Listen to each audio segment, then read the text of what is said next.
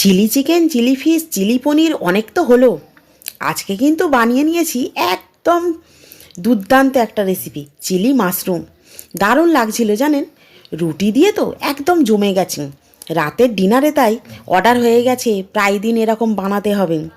তো এই chilli mushroom বানানোর জন্য প্রথমে মাশরুমগুলোকে খুব ভালোভাবে ধুয়ে নিতে হয়, কারণ গায়ে অনেকটা নোংরা লেগে থাকে।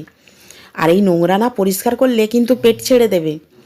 তাই গরম জলে মাশরুমগুলোকে দিয়ে একটা স্প্যাচুলা দিয়ে একটু নাড়াচাড়া করে নিলেই এর গায়ের নোংরাগুলো খুব সহজেই জলের সঙ্গে মিশে যায়।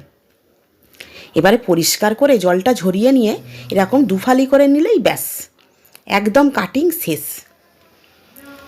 কত সহজ না? আর এইগুলো কাটতে দারুণ মজা লাগে, প্রচণ্ড নরম তো। দেখুন কি ভালো লাগছে দেখতে।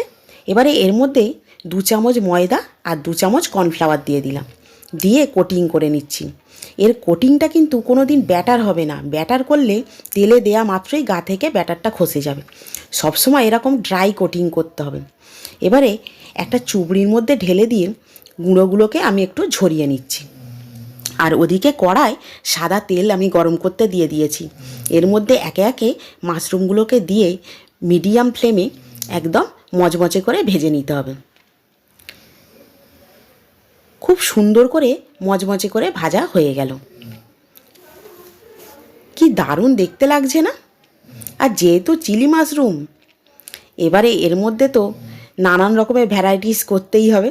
প্রথমেই যেরকম তেলের মধ্যে গ্রেট করা রসুন আর গ্রেট করা আদা, আদার থেকে কিন্তু রসুনের পরিমাণটা অনেকটা বেশি হবে।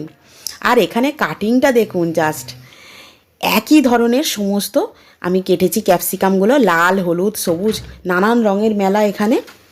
তো এখানে পেঁয়াজও আমি দিয়ে দিয়েছি একইভাবে কাটিং করে। তো 3টে কাঁচা লঙ্কাকে আমি ছোট ছোট করে এখানে কেটে নিয়েছি। আর এর মধ্যে একে একে ক্যাপসিকাম আর পেঁয়াজটাও অ্যাড করে দিলাম, লবণ দিয়ে দিলাম সাথে সাথে। খুব ভালোভাবে স্প্যাচুলা দিয়ে মিক্সড করে নিতে হবে। আর গ্যাসের ফ্লেম কিন্তু মিডিয়াম থাকবে। সামান্য চিনি দিয়ে দিলাম, আর তারপর দিয়ে দিচ্ছি টমেটো ক্যাচাপ, এর মধ্যে দিয়ে দিচ্ছি রেড চিলি সস আর গ্রিন চিলি সস, আর দিয়ে দিতে হবে ডার্ক সয়া সস। তাতে কালারটা কিন্তু দুর্দান্ত হবে। গোলমরিচের গুঁড়ো কিন্তু অবশ্যই দিতে হবে, এটা ভুললে হবে না। তার সাথে সাথে অরিগ্যানো, অরিগ্যানো যদি বাড়িতে না থাকে তাহলে দেবেন না, কোনো অসুবিধে নেই। এবারে এর মধ্যে দিয়ে দিচ্ছি আমি সামান্য পরিমাণে জলে কর্নফ্লাওয়ার গুলে দিয়ে দিলাম, যাতে খুব সুন্দরভাবে এই চিলি মাশরুমটা দারুণ হয়। আর এর ব্যাটারটা সুন্দর হয়েছে। এবারে ভেজে রাখা মাশরুমগুলো দিয়ে দিলাম। কি দুর্দান্ত কালার লাগছে না? এর মধ্যে দিয়ে দিচ্ছি একটু ভিনিগার। ভিনিগারটা দিলে টেস্ট কিন্তু দুর্দান্ত হয়ে যাবে। আর তার সাথে সাথে দিয়ে দিচ্ছি ধনেপাতা কুচি। তো এরকম দুর্দান্ত স্বাদের চিলি মাশরুম বানিয়ে নেবেন, রাতের ডিনার একদম জমে যাবে। গরম রুটি আর পরোটার সাথে কী যে অনবদ্য লাগবে কি বলবো। আমি তো একদিন খেয়েই অর্ডার পেয়ে গেছি আবার বানাবার। তো প্লিজ এই রেসিপিটা বানাবেন।